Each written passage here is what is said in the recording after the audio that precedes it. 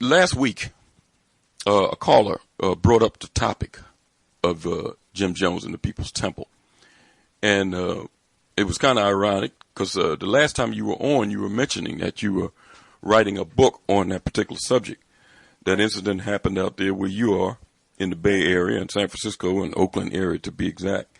Right. And November 19th, 1978, down in Guyana is when the mass suicide took place. And we're going to talk about that this evening and kind of blend it in with black politics in California and politics in general.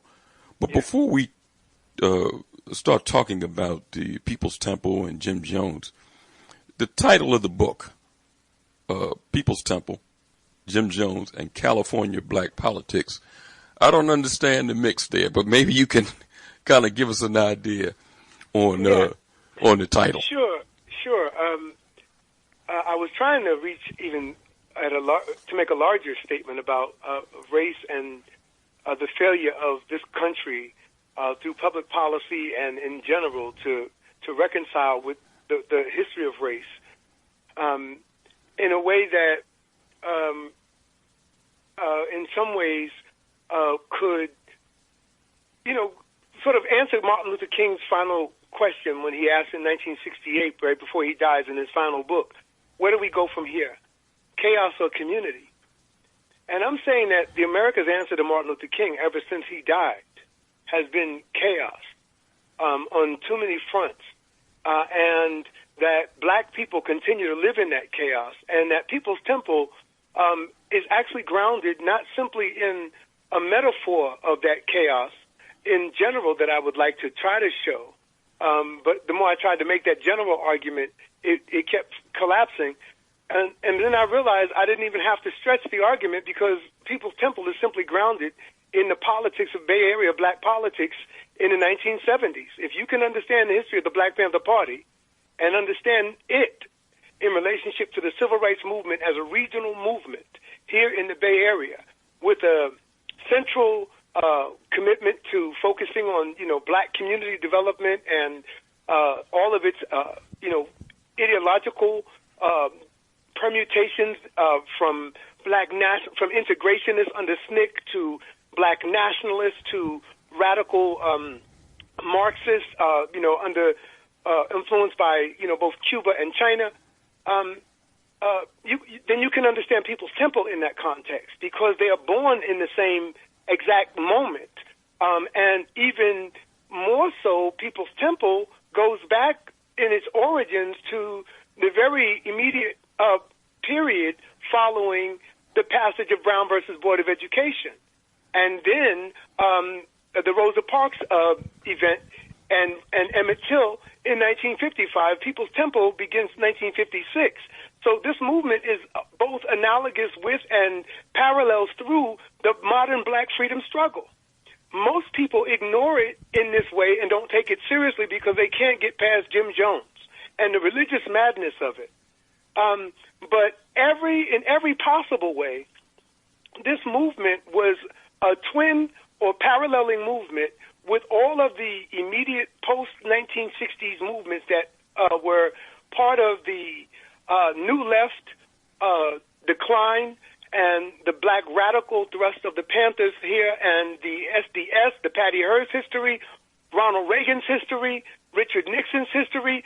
Ronald Reagan and Richard Nixon cut their politics that become national politics first here in California on black people's bodies and in the war against black America that is waged here at the local level in the state of California. And People's Temple was a part of that, based and grounded in the black Fillmore. The base of the black community was the Fillmore district of black San Francisco, both the jazz history of it, which was political, and the Black Panther Party history. Eldridge Cleaver comes out of San Francisco at this time. Jim Jones and was interacting with all of these people. And you have to remember this. The last two sentences of Jim Jones's Rotten Life. The previous final sentence to Jim Jones's life, he quotes Martin Luther King. And in the last sentence of Jim Jones's awful life, he quotes the action of killing those black people as a form of revolutionary suicide. Mm-hmm. And he took that directly from Huey P. Newton. Huey P. Newton called down to, and Angela Davis and Huey P. Newton. Both Angela and Huey Newton called down to Guyana to calm Jim Jones down a week before he killed the people. They were deeply connected to Jim Jones, and most people don't know that what Jim Jones did is what Eminem did, what Elvis Presley did, which is, as a white man, simply master a black art form in terms of black preaching, and he used it to the destruction of black people. But I want us to understand that this was much more than simple, black foolishness and black, bad black religion. This was a part of a black movement that the American government had a deep and invested commitment in destroying, just like it subsequently destroyed the MOVE movement right there in Philadelphia. And I think people there in Philadelphia can appreciate that, at least, even if you want to separate the MOVE movement in its specificity and its ideological commitments from Jim Jones and the religious madness of Guyana, they were still part of a general state response to black radical movements, and the way they were destroyed might be peculiar and particular, and we can flesh that out. But be clear, People's Temple belongs in the canals and in the annals of the telling of what happened to black folk since Martin Luther King asked, "Where do we go from here, chaos or community?" And I'm saying People's Temple was the first signal that the American society and government intended chaos. Professor Taylor, if you look at Jones, and you did the research on it, you can help me because I'm just piecing things together.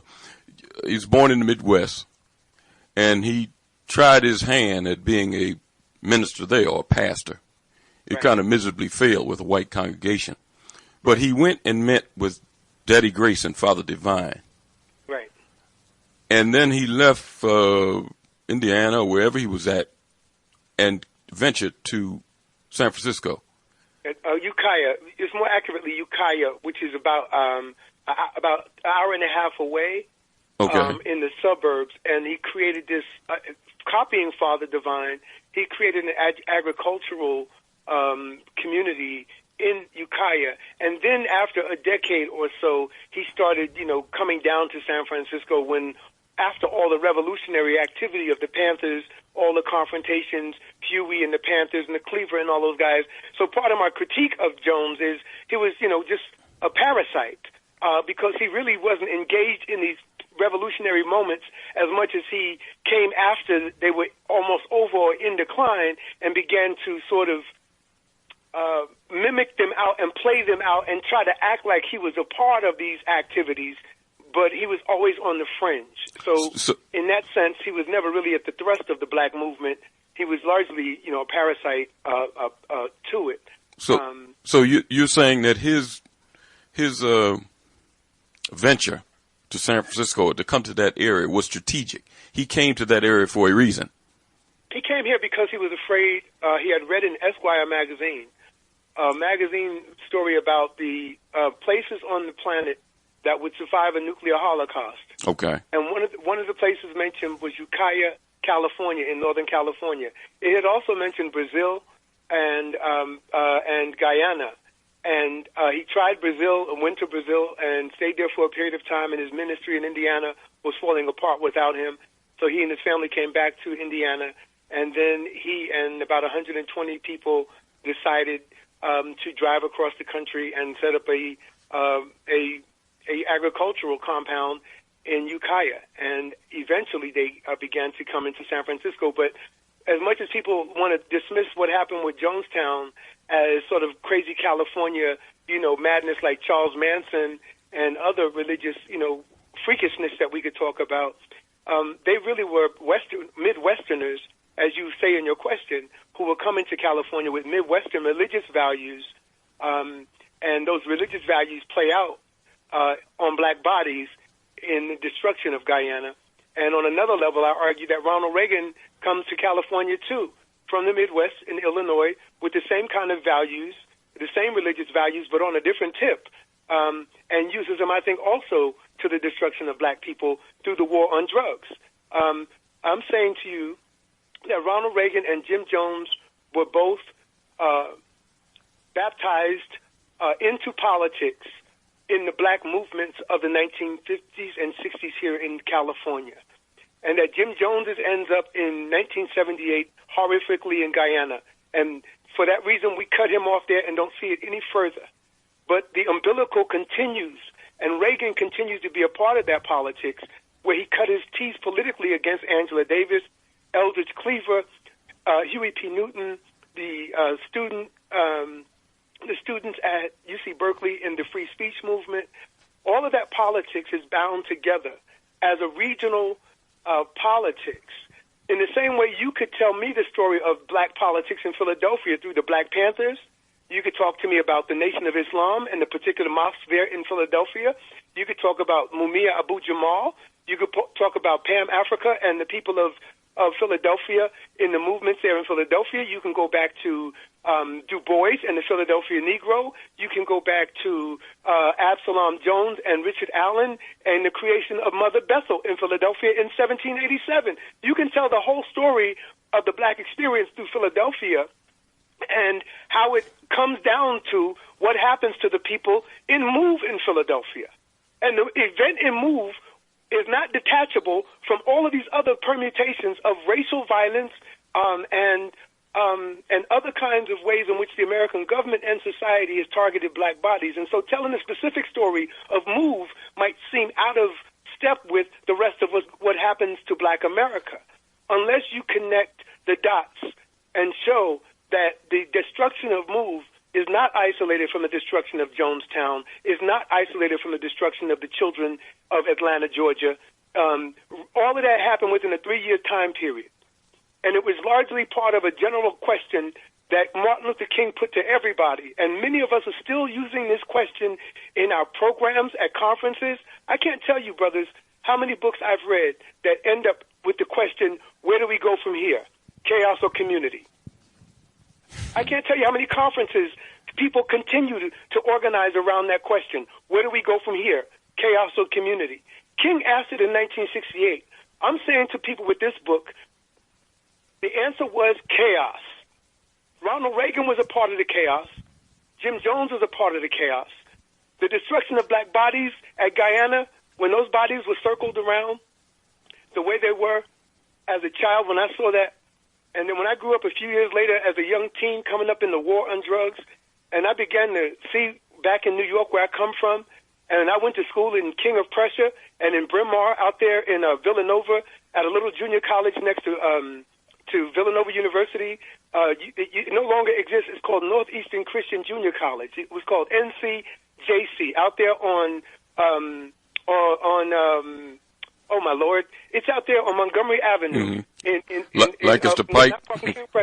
And so all of that history, when I was young and coming up, all of these things, I'm in Philadelphia, MOVE happens. Jim Jones had just happened in 1978.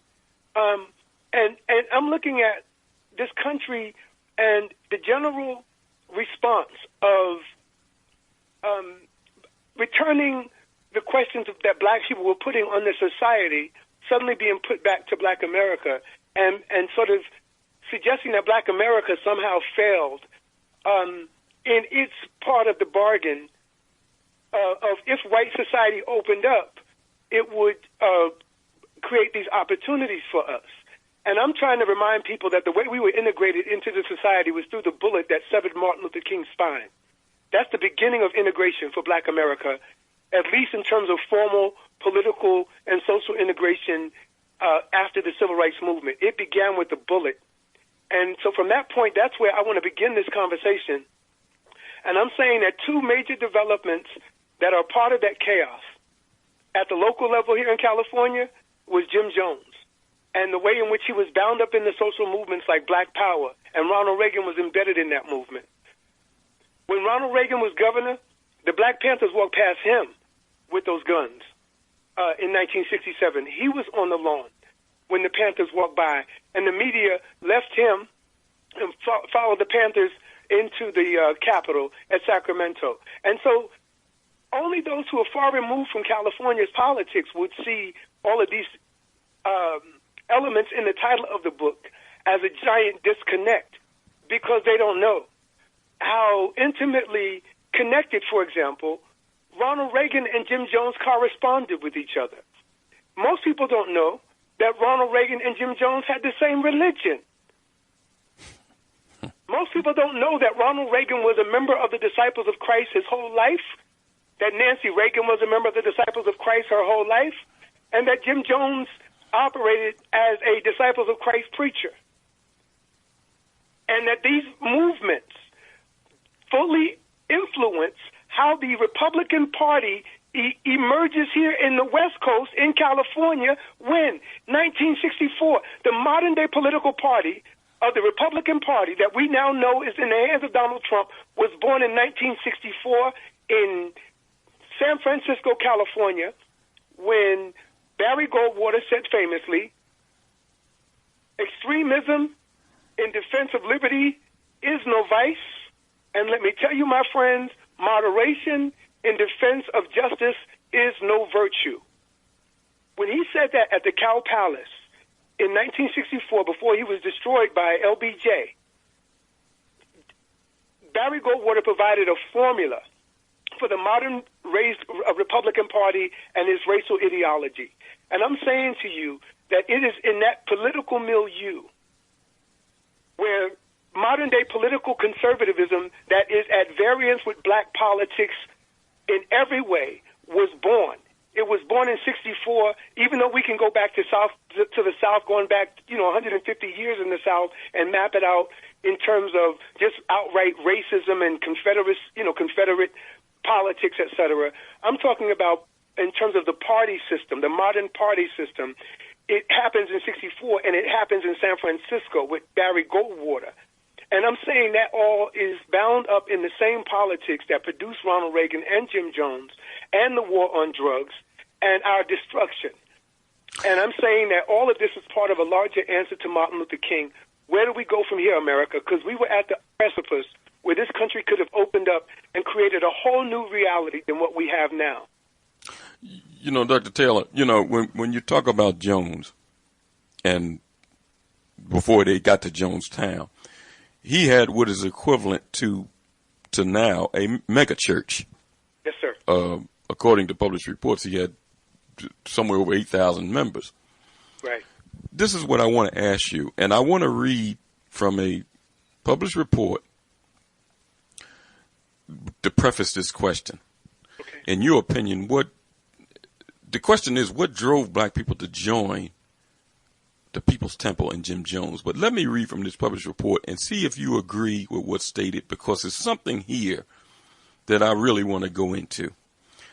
This published report states, the black church in the Bay Area in the 1970s, most churches have become little more than social clubs, where chicken dinners and raffle tickets were the only activities on the agenda. In these houses of worship, the red carpet in the church became a fashion runway for fur coats and Brooks Brothers suits. They had no ministries to address the needs of hurting black people who had made the sidewalks of San Francisco their beds and used yesterday's newspapers as their blankets. Their followers did not want to be bothered with huge numbers of disenfranchised and disaffected black people around them. Black people were deeply impressed that the People's Temple helped drug addicts recover, found new vocations for prostitutes, served food to the hungry, provided shelter for the homeless, and homes for senior citizens. The people who joined had grand ideas and big hearts. They were drug addicts, the prostitutes, financially insecure. In practical terms, the People's Temple was a movement that offered sanctuary from racial discrimination, opportunity for education and employment, and the promise of economic security. Do you agree with this writer's assessment of the black? Go ahead. I agree with a lot of that in terms of how it characterizes the state of the black church in the 1970s. Okay. Because there was definitely a bourgeois black class dimension thing here, because it was like the 1970s were like the apex and the peak all time for black San Francisco, but it was also the lowest point for what was to come and what Jim Jones took advantage of. So both things were happening. The black bourgeoisie was thriving, but the black have-nots were also emerging and rapidly. And part of the reward for Jim Jones supporting Jimmy Carter and Mayor Moscone in the 1975 mayoral election and 1976 presidential election was that Jim Jones was given a formal office as an appointee to the San Francisco head of housing, the housing authority. So Jim Jones was made head of the housing authority in San Francisco, where black folk were overwhelmingly the residents, and turned into the housing czar, effectively, where black folk were. So they delivered him up to the people. They delivered the people up to him, in a real way by formally putting him in office. But, yeah, there was a definite dimension in which there were many black churches doing a lot of really interesting things, but it was within the traditional black Baptist, Methodist, mainstream. This is even before the Pentecostal churches really break out in the late 70s and 80s. You know, they break out more like the 70s and 80s, and up to that point, they'd still been marginalized as a cult, along with the Jehovah's Witnesses and other groups that now have been, somewhat mainstream. But at that point, they weren't. And so there are a number of churches here in San Francisco, and I have several publications on these churches who have done, that were doing ample work. They were doing a lot of good work in the community, all kinds of, typical mainstream local church ministries that were meeting the needs of people. They were feeding people. They were providing credit to people. They were doing all kinds of things. What Jim Jones did was simply looked around black America and saw what was working. And be clear, all of what that writer describes that Jim Jones did, again, for me, Jim Jones is a parasite. He simply parasitically saw what the Panthers were doing. Okay. He's across the Bay Bridge, and the Panthers are over in San Francisco. So he sees the breakfast programs are magic. Even J. Edgar Hoover said, damn, this is the thing that is making the Panthers most dangerous, is meeting the needs of the people.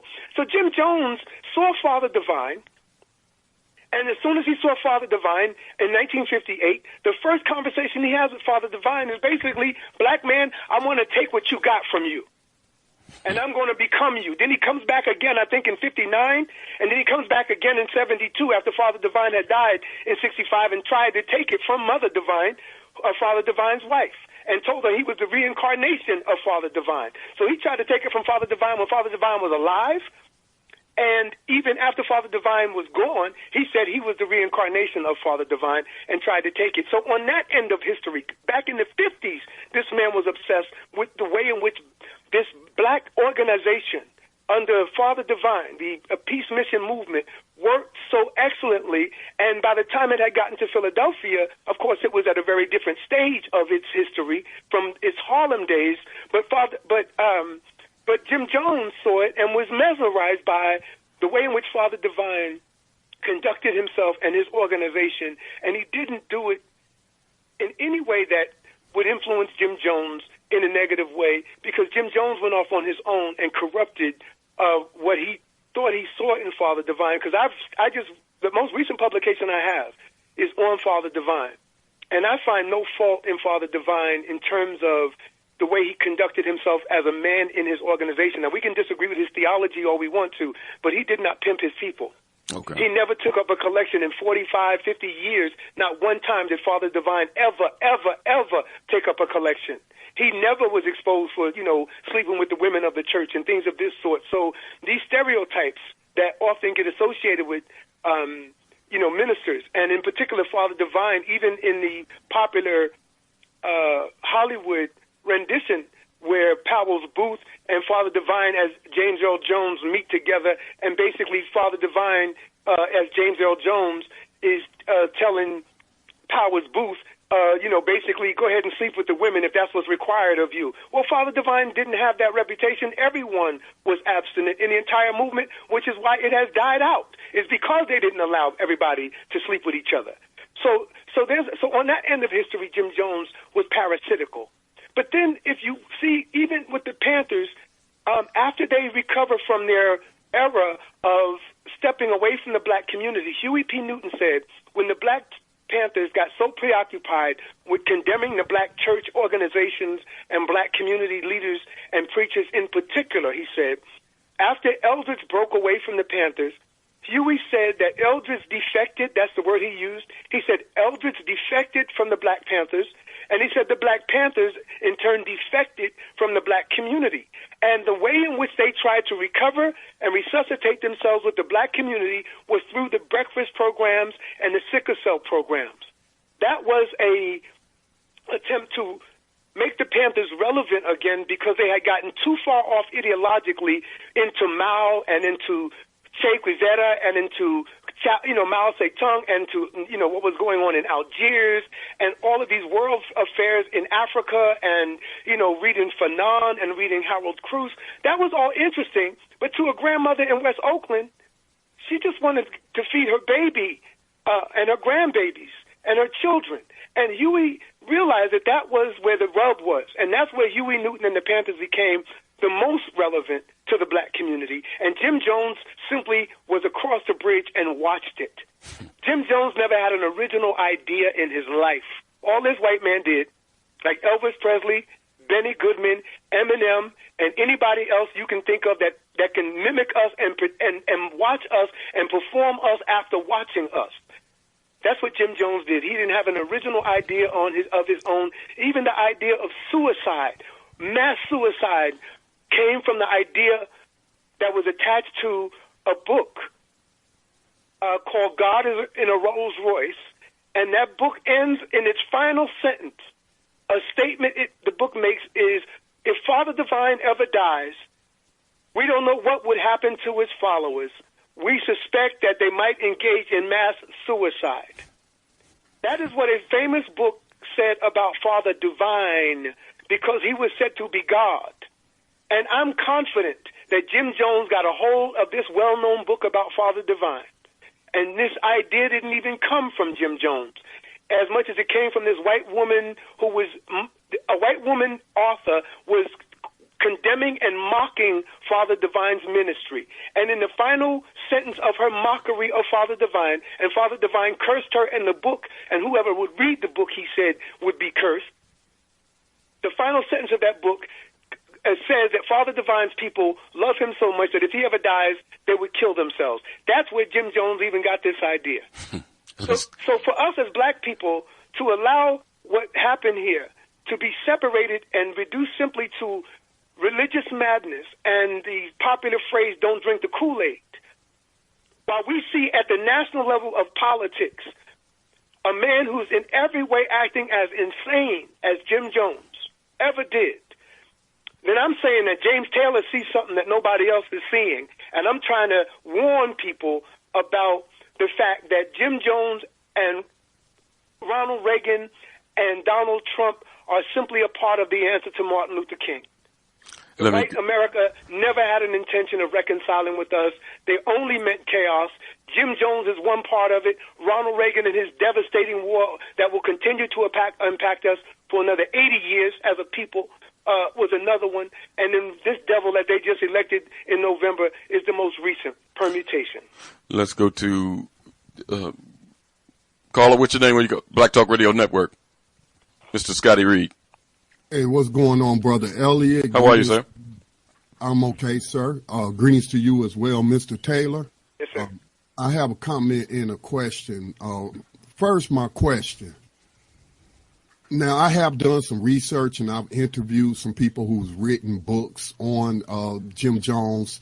And but the majority of the people who died at Jonestown in Guyana were black women. And I was listening to Elliot, as he was talking about the mega churches. And we know the mega churches are particularly populated by black women. Is right. there something in the black woman's psyche that makes her susceptible to these sort of things, in your opinion? Wow, that's a powerful question. I'm afraid to answer it, brother. That's a very powerful question. And there's a lot of literature, and I am in this book. I think Elliot has the outline. I have a particular, focus on black women because you're right. That was it. The majority of those women, the majority of the people that died were black females. The majority of the People's Temple movement in San Francisco before it left here was black females. The whole of the movement was black females. And there was a particular thing with Jim Jones, and I think his ability to mimic us as a culture And then the fact that they had seen Kennedy shot and King shot and all this rabid, vicious white racism that we're now seeing resurgent, Jim Jones was a welcome alternative to the viciousness of white people in general. So if you got a group of white folk saying, we'll love you, we'll accept you, we see what America says about you and how America feels toward you, but we'll love you and we'll be your brothers and sisters, and we'll accept you for who you are, and you can be, equal and full with us, then you see, people are willing to form into those kind of coalitions. And I think that is something that black folk, especially our sisters, have been the most amenable to, is this sort of integrationist, assimilationist tendency, with the exception to black marriage. When it comes to marriage, black women are the most nationalistic amongst black people. But outside of black marriage, black women tend to be more inclined toward accepting other people outside of the community as, coalition partners or as partners in general in terms of, community development. And so there is something when it comes to, I think, the long historical importance and the social meaning of the Jesus figure and of Jesus as a historical figure and as a religious figure in black culture. I'm not talking about theologically in terms of Western Christianity and whether Jesus is true or all of that. I'm saying just in terms of from the writings of W.E.B. Du Bois and say, Richard Allen and Absalom Jones and what they were after, and the black struggle in America and how religion was important to them. I think it's important, brothers, to recognize this whole idea of Exodus and of black folk coming together. Our first Moses was not a man. Our first Moses was Harriet Tubman. And Booker Washington becomes the first black male. Frederick Douglass is the first black male Moses, if you will, and he didn't have a mass following. His followers were the white abolitionists. The first mass black male Moses was Booker Washington. And then King and Garvey all imagine themselves to be coming in his tradition. So I'm saying our first black Moses was a woman, and her motif was that she was Moses, that we were following in this Exodus motif. But what most people don't realize in the black church is that black Christianity is a new phenomenon in the black American history. Black Americans have been Christians for less than 200 years. Black Americans have been Christians for about 150 years. The slaves rejected Christianity for 300 years. And most black people alive don't even recognize that their ancestors who were slaves rejected Christianity for 300 years. And that what really made us Christians is the idea of us becoming a people through religion. Religion became the glue that made us into a people, first through the ring shout, dancing, but then through things like the idea that Moses, the idea of Exodus. In our movements, the civil rights movements, the black movements, that's when these symbols become way more important than they did ever during slavery. Moses was not significant during slavery. Moses is significant during Reconstruction. This idea of Exodus is not significant during slavery. Yes, we have those individual black elites that I cover in my book on Black Nationalism, like Delaney and others, but that was not the masses of people. Those were the black elites who were advocating black nationalism. The black masses were doing something different. And they were often, trying to frame and reframe life's meaning in the hell of America. And so for me to sort of understand, how black women become attached to a person like Jim Jones, I don't need to look any further than the fact that black women have always been the leaders of our movement. And black men, and in this case, a white man, like Martin Luther King before him, becomes the articulation and the voice and the face of a movement that is otherwise based on black women's desires to be free. The sisters who were killed by Jim Jones were mostly young black women 20 years, 30 years earlier who came from Alabama, Oklahoma, Mississippi as single females to come out to California, to San Francisco, to begin a new life out here in the big city. They were coming to to the Fillmore, where all this jazz and blues was here waiting for them. A whole black world was being set up here, waiting for them. These are the people that Jim Jones killed, young, dynamic, single black females who were entrepreneurs. They were the Rosie the Riveters. There's a whole history called Rosie the Riveter. The real history of Rosie the Riveter is the history of black women in Richmond, California. It's out here by Oakland. Richmond, California is the headquarters of the National Museum for Rosie the Riveter. There's a beautiful book that anybody who wants some of this information can look up. It's called Abiding Courage. It's called Abiding, A-B-I-D-I-N-G, Abiding Courage. And it tells the story of these amazing black women who came to California, both as single women and as married women, for work and opportunities. And they moved to L.A., they moved to Richmond, they moved to Oakland, and they moved to San Francisco. They were not fools. By the time Jim Jones got to them, they had experienced so much disappointment that we could talk about on the other side of your other question. Go ahead, Scotty. Well, my comment is I agree with the assessment that he was just a slick-talking con artist who stole elements of black people's personality and communications. And there was one survivor, and this was a white woman who left right before that. And she said her commentary on him was that he was feeding on people's fears and promising to create a rainbow family where everyone would truly be equal. Right on. Charismatic enough to lure hundreds of people to South American jungle where he cut off their ties to the outside world. And my last comment, and I'll hang up and continue to listen. Thank you again for your contributions to us understanding these things. When I interviewed Sakivu Hutchinson, yes, she wrote a book called White Nights, Black Paradise about this. And she said that not all of them drank the Kool-Aid, but they were forced to drink it at gunpoint.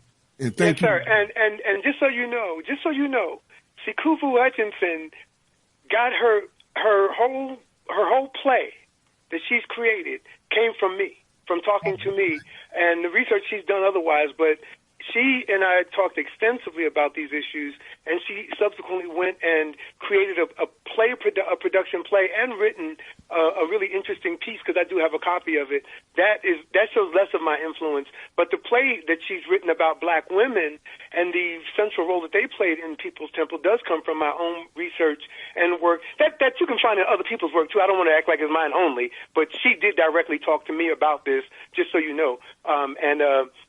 And so, yeah, that's why I'm trying to tell this story, brother, is because I think our people don't understand that way before you can understand Donald Trump as this sort of reaction to Barack Obama, you got to understand Jim Jones was part of a reaction to Martin Luther King. And you got to understand the bookending between between, say, the death of King and the election of Trump is everything in between for me. All of that, to me, is part of a white backlash and rejection of King saying, where do we go from here, chaos or community? And so my first book was on Black nationalism. This is really turning it upside down. This is really an argument about integration. If anybody really wants to know what I'm saying to Black America through this book upside down. I'm turning the argument of nationalism upside down and saying that Martin Luther King integrated us into a society that had waiting for us Jim Jones, Ronald Reagan, and Donald Trump. That's where we are as a people.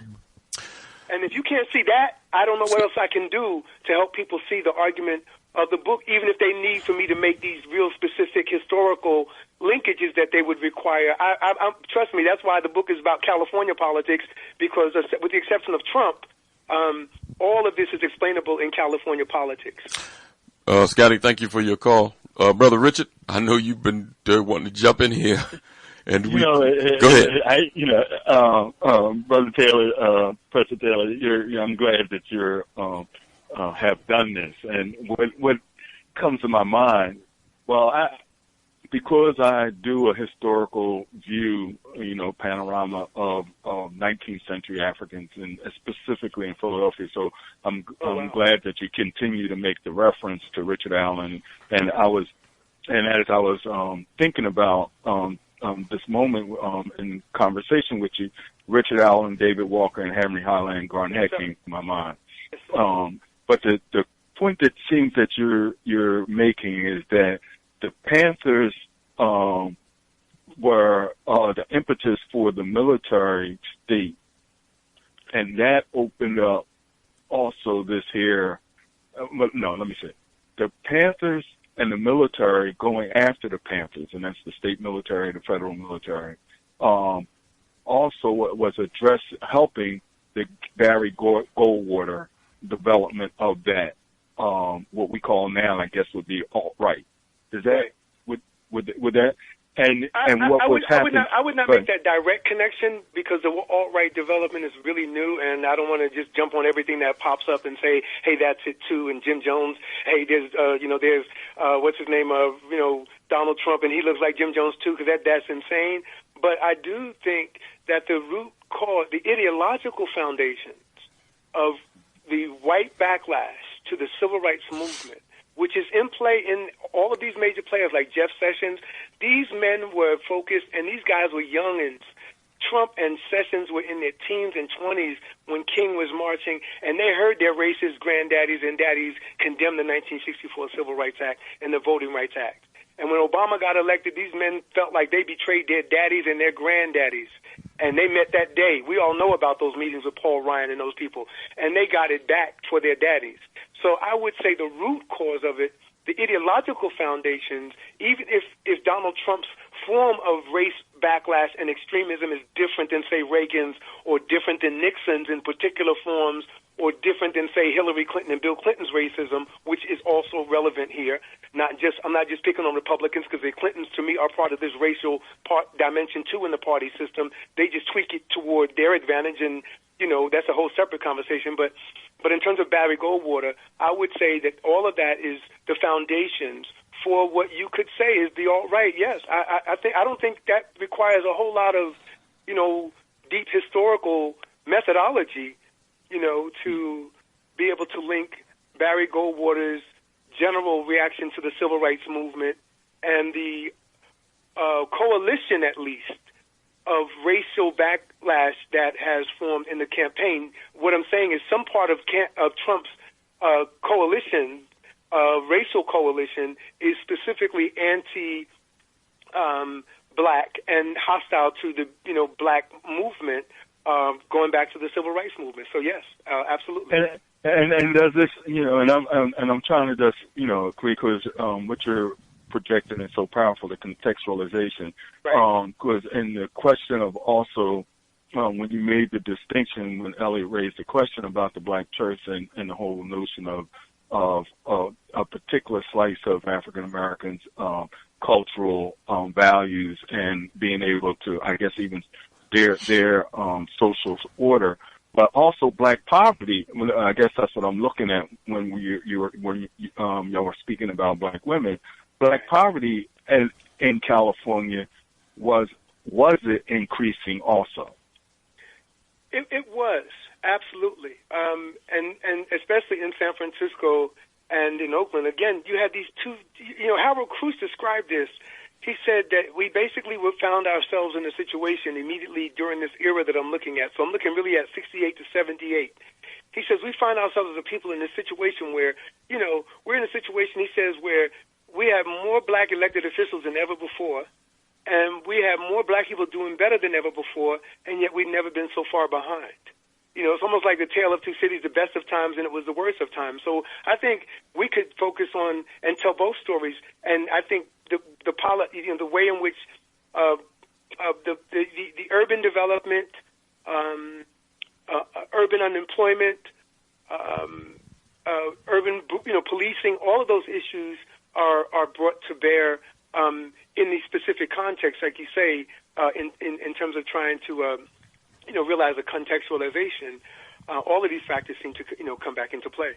And that was the next point I was wanted to clarify, because it seemed around that time too, the question about imprisonment, specifically around black males, was increasing, and I'm wondering the effect of that. Yes, sir. And see, that's the turn. Go ahead, finish your question. I'm sorry.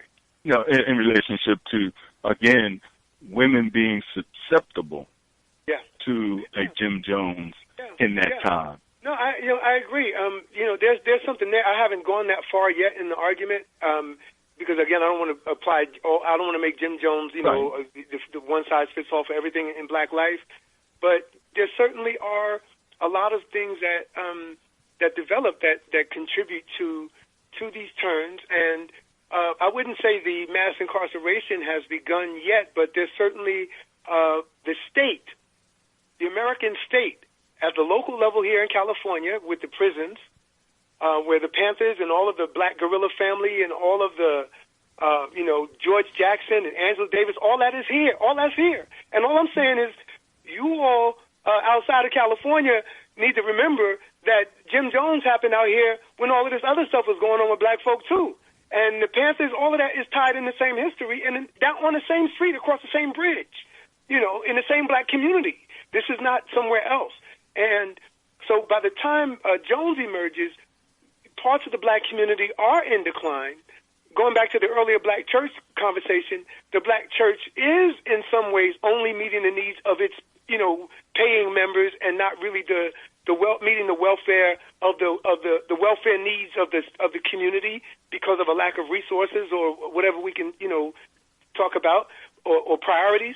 But there was clearly a decline experienced in the black community in San Francisco after 1975. From about 75 to 1978 is a period of decline, and Jim Jones steps into that vacuum.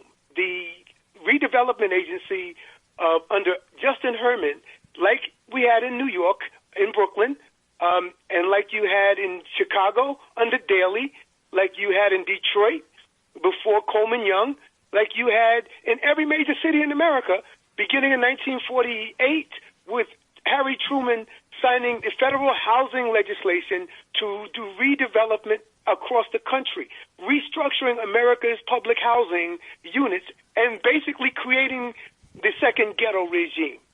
And out of that second ghetto condition that most of us come out of, the second ghetto is the modern black ghetto. In a book called by that title is called The Second Ghetto, and I just gave the background of how we got there, coming out of the plantations in our black migrations between World War I and World War II.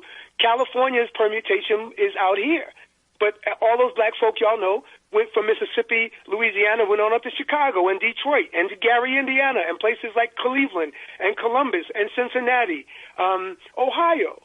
Black folk from North Carolina, South Carolina, Maryland, Virginia, they went on up to New York and Boston and Philadelphia. Your ancestors, your grandparents and your parents coming from the East Coast, like my mother is from South Carolina. She raised us up in New York. I moved out here to California. So my point is there's a pattern of this, and by the time Jones steps in, nationally there have been 30 years and 40 years of urban disruption and removal. And in San Francisco, its name was Justin Herman, and he had these two projects in two stages of redevelopment that completely raised R-A-Z-E-D, completely raised the black community of San Francisco, which was the political base of the Black Panther Party outside of Oakland in the West Coast, and it was the headquarters of the distribution of the Black Panther Party paper. It is where Eldridge Cleaver came from. Eldridge Cleaver was not Oakland. Eldridge Cleaver was San Francisco. And he was going around publicly saying MF Ronald Reagan at Stanford and everywhere else he could. He got white people to say F Ronald Reagan whenever he could. And Ronald Reagan declared the Black Panthers, a public enemy, as Richard Nixon had done in California earlier. So for me, I'm trying to say to us that integration has failed us. And that part of what Martin Luther King could not have understood when he asked us those questions, where do we go from here, chaos or community? I say early in the book, after summarizing some of these developments, let me say it this way, and then I'll go backwards. That when Martin Luther King ended his public ministry, or when his life was ended, Martin Luther King could not anticipate that he was integrating his people into the world of Ronald Reagan.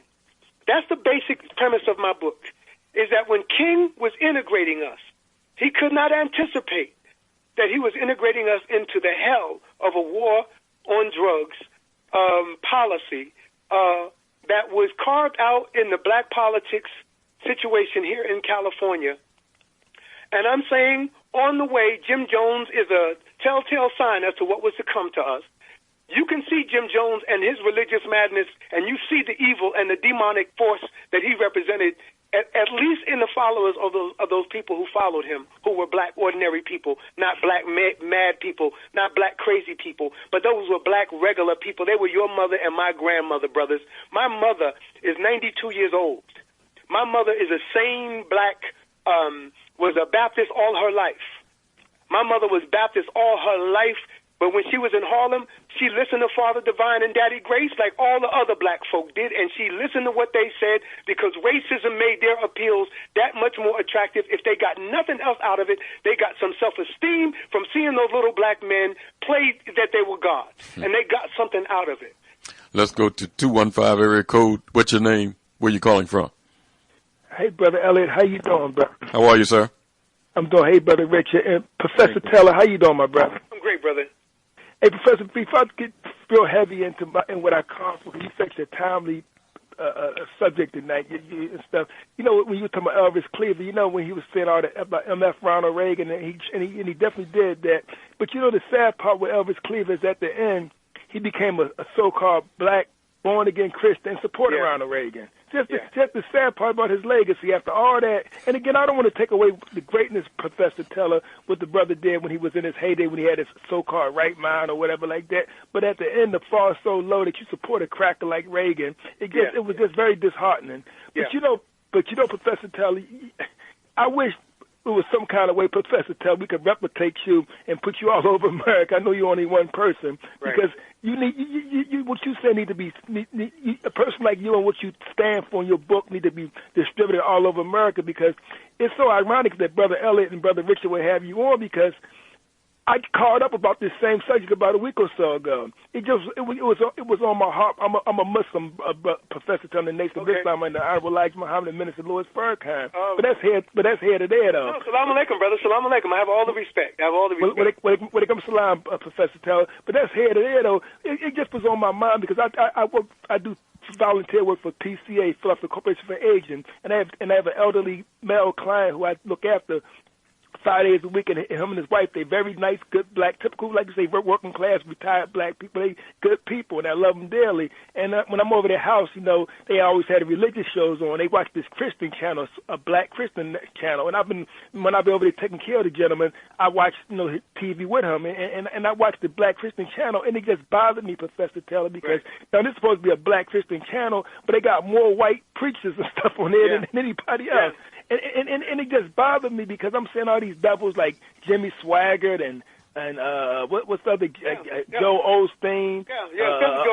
Especially Osteen right now. Exactly. All these devils on there and stuff. John Hagee, Pat Rob, all these devils. And all these people, including Joe Osteen, all supported Donald Trump. Exactly. And my point exactly, Professor Taylor. And I'm watching these people, and I started, and the whole time I'm watching Professor Taylor, I'm thinking back to Jim Jones, People's Temple, and that's what prompted me to call Brother Elliot and Brother Richard the other week, because and stuff. And Brother Elliot made a very, key point, profound statement. Brother Elliot said, Brother Joe, I'm just surprised that since 1978, something like that hasn't happened again to black people. And I said, all praise, thank God it hasn't. But the sad part is, because our people so messed up today, and with all this like stuff going on, something like that could definitely happen again. Well, I think it already has. I think the election of Donald Trump. The election of Donald Trump poses that. It's ominous. Donald Trump, to me, today, either yesterday or today, the Guardian newspaper out of England has an article with the front article saying "Drinking the Trump Kool-Aid."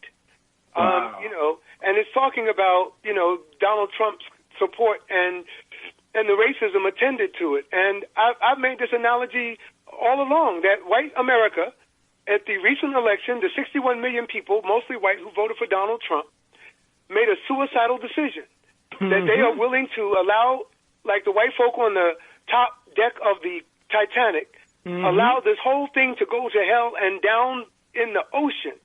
As long as they get to be at the upper deck and be in first class and the rest of us at the bottom, they are willing to, as long as white folk get to be on top again before it goes down, they are willing to put it into the hands of a madman and a white racist regime that told everyone it was white and racist and sexist, and now all of a sudden everyone wants to try to pretend that they didn't take Donald Trump seriously.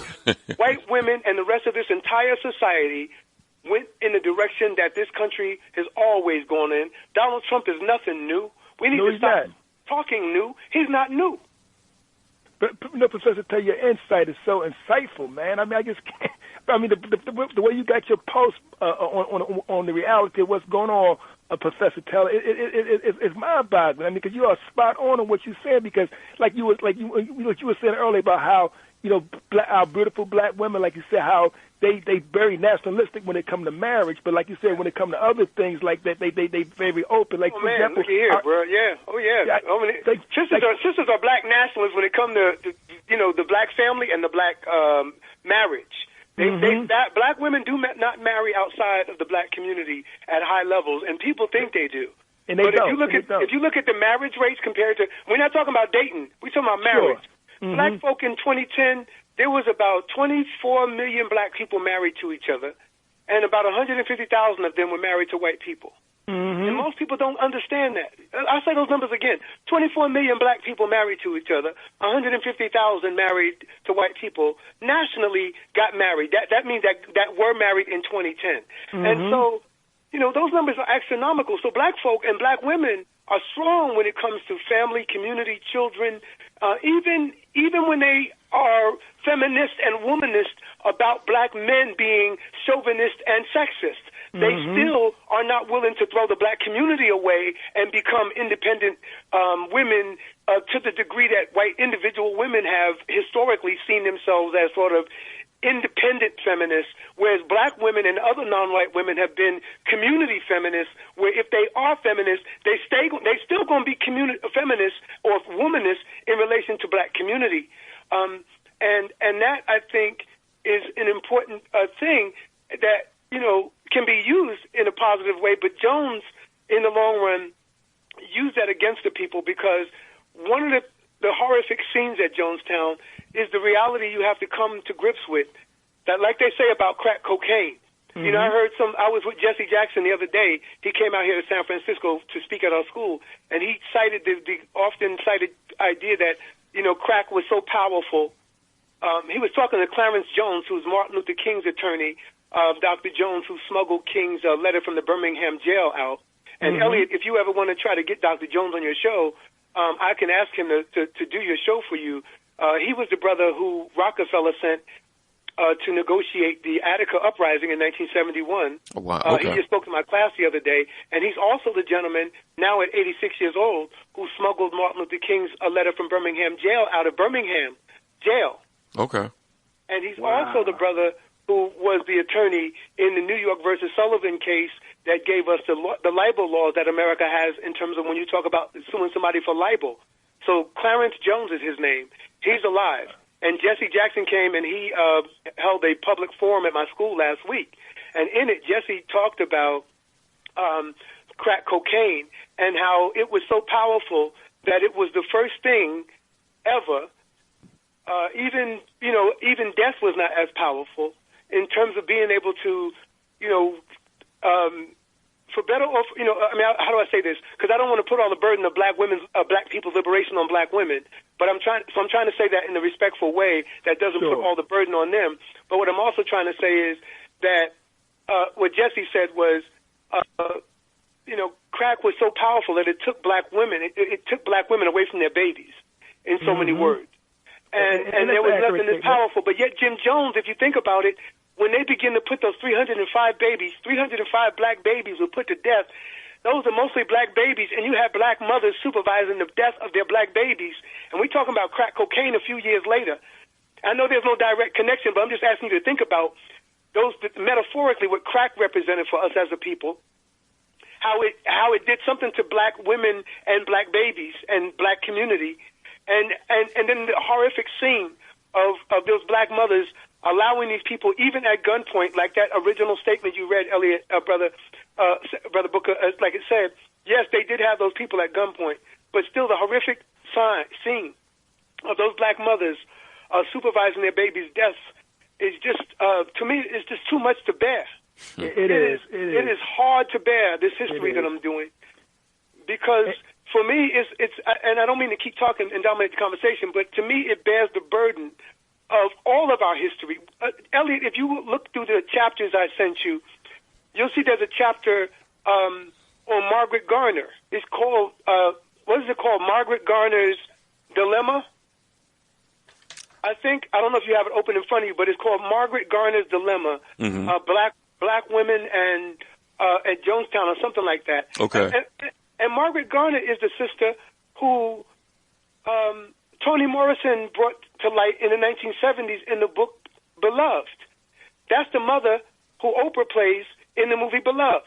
Wow. Setha, who had to make the decision to whether allow her kids to die, to go back into slavery and face that hell, or come back to Sweet Home in Kentucky and go back into the hell where her daughter would be raped and where her sons would be worked into death. And she had to make that decision. She had to contemplate whether or not to kill her children. In real life, this happened to Margaret Garner. And the real story of Margaret Garner is after she had to do this, she went through a series of trials, a series of trials of the century like O.J. And ultimately, Margaret Garner got her freedom. But ultimately, Margaret Garner killed her own self. She took her own life. The woman in Beloved kills herself, and they don't tell you that in the movie. Oprah kills herself in the real life. Wow. She commits suicide. Now listen to me. Now wait. For those of you who are looking for the connections in our history, I'm not making some stupid, simple-minded connection with People's Temple. I'm showing you how People's Temple almost becomes a metaphor for black everything.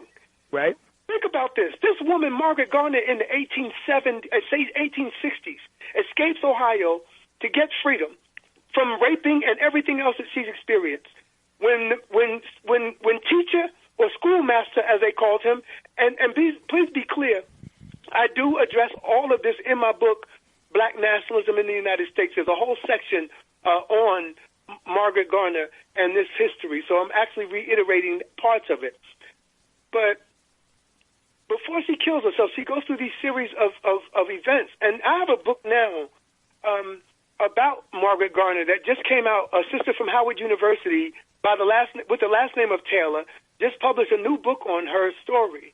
And for me, I'm asking you as a black person who had just seen a white America elect Donald Trump and bring in a white supremacist government immediately after the first black president, if you think it's far-fetched for people to look for analogies that show the brutality of what white people have done to us as a people in this country, when we can point to Philadelphia and move, we can look at Atlanta and see the black children disappeared in Atlanta and the lies they told us to satisfy us that it wasn't racism, and try to reduce it to Richard Williams and not the many bodies that were never accounted for officially, and that are still officially open cases as we speak in 2017. It's true. That is so. And for the record, Professor, that's Wayne Williams. But you're absolutely right. Sorry, thank you. Thank you. But you're absolutely right, because I went to a play at the Church of the Advocate here in Philadelphia, the historic Church of the Advocate, and Black Lives Matter put on a play about the killings of black men and women around the country. Sandra Bland, Trayvon Martin, Eric Garner, so on and so forth. And one of the things that one of the sisters that was playing said, admonish white women, because this go back, Professor Teller, what you saying, how black women are so welcoming when they come outside of the black marriage family tradition. She said they admonished white women for abandoning them during this recent presidential election. She admonished white women for voting so overwhelmingly for Donald Trump. But like you said earlier, Professor Taylor, you hit the nail on the head. White women, in spite of Trump's racism, sexism, and stuff, they still voted for this devil anyway. Because you can, and I'm not, believe me, I got issues with Barack Obama in so many ways. But can you imagine, Professor Taylor, a tape would have came out when Obama ran the first time, with him saying he grabbed women by their genitalia, he did it. That would have finished him off. He would have been done. But because Donald Trump is a white male in a white racist dominated society, white women historically ignored it, and they won't have voted for this creep anyway. So like they showed their true colors. And now black women who are feminists and who are womanists, who've been making these charges very intelligently over a long period of time, they know they were right about white women and the way in which their feminism was a feminism of convenience. That's right. and the true colors, the true colors of feminism in America have been shown once again, not for the first time, once again, because when we got free in the 1860s from the Civil War, Elizabeth Cady Stanton, Susan B. Anthony, Lucretia Mott, and all those first wave feminists began to become viciously racist about black men getting the right to vote before they did, and they attacked Fred Douglass on the day he died, on the day Frederick Douglass died. Frederick Douglass had a fight with these white women over what was more important, black liberation or woman's liberation, and they dropped all kinds of evidence that they thought white women's liberation should happen before black people's liberation should happen. And Frederick Douglass said, no, I'm going with black. And Frederick went home and died. And my last point, Dr. Taylor, before Elliot let me go, I want these last 2 points. You know, an older brother who I have a lot of respect for, he told me this years ago. I used to always chuckle when he used to say it, Professor Taylor. He said, you know, Brother Youssef, he said, we all talk about how bad that white man is, and Lord knows that white devil is bad. He said, well, don't forget that the white man didn't come into this world by himself. He came out of the womb of that white woman. He said, brother, ain't nothing more racist than that white woman. He said, 'cause that white man come out of that womb of that white woman, so don't ever discount that white woman. And last point, again, like I told Brother Ellie and Brother Richard the other week, see, I'm disturbed besides the financial losses, gains that these white racist preachers get off of black people. Because I know black people over the years, elderly black people, like you say, our grandmothers, great-grandmothers, that gave their hard-earned dollars, their Social Security money, out of their checks and stuff to these white racist preachers. And many of these white preachers, as you say, Brother Taylor, they anti-African, anti-black, anti-Muslim, they anti anything progressive, and yet so many of our sisters, out of ignorance or misguided, they get these white racist preachers their money and everything, and it hurts me to my heart because our people, we shouldn't get them devils a dime. And like I said, I just wish there was some kind of way, Professor Taylor, that we could replicate your book and get it in the hands of some. I realize we won't be able to, convince everybody, because you're going to always have some of our people that's going to be ignorant and stubborn and hard-headed. But if we can just reach one out of every black man, one out of every black woman that can read your book and stop supporting these white racist field preachers and thugs, that would do my heart wonders. So if we can just reach every one out of five, I'd be okay with that. No, I agree. Thank you for your call, man.